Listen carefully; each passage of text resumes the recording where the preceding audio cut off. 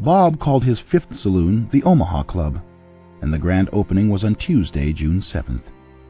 Nellie Russell sought Mr. Ford out, saying she'd accept any job with him, even one as a prostitute. They strolled together up Rio Grande Avenue. Bob could see the lights of cooking fires and cigarettes in the foothills, and as they strolled along with their practical conversation, he could hear the happy uproar of the Omaha Club as the musicians played Pop Goes the Weasel. But under that, he could pick out the hopeful talk of shopkeepers, prospectors, workers and clerks who had lost what few things they had. She angled her head to regard him. "I could have recognized you anywhere. You're just like your photograph." He glanced at her with slight annoyance. "I'm not just like the boy in that photograph, though. I've aged." "I thought you were so daring and romantic. I thought you were the most glamorous man alive." "I get along fine with girls of 10. It's when they grow up to be 11 or 12 that I'm a goner."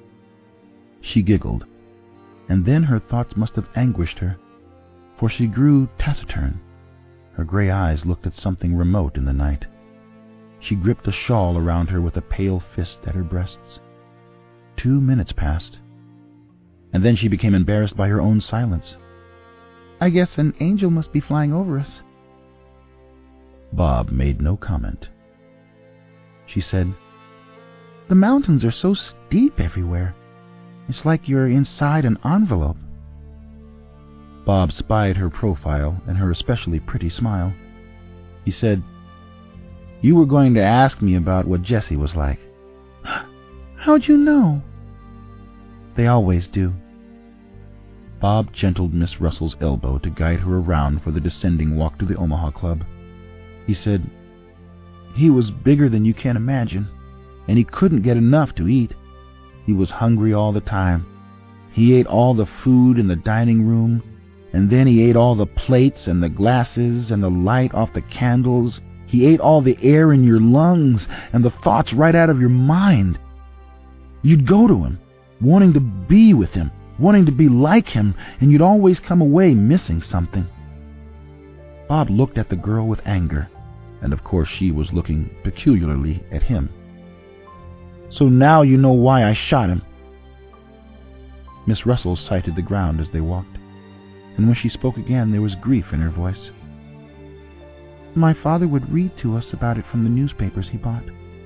He said we were living through a great moment in history. He thought you'd done the world a big favor." "On your right is the Leadville headquarters. Over there is the smithy shop. You can't see them from here, but I've got 4 green tents behind the club, and men go in and out all night." She said, "You're making me sad." He could see by the lights in her eyes that the girl was crying. "You ought to go back." She shook her head in the negative, but wouldn't say anything. He said, "Don't work for me." "No?" "You've got your dignity yet. I wouldn't give it away for money." And Bob suggested she might find other work in Jimtown. And though she said she might try some stores in the morning and even seemed grateful to Bob, Miss Nellie Russell of St. Joseph, Missouri, instead purchased whiskey and some grains of morphine, and that night committed suicide.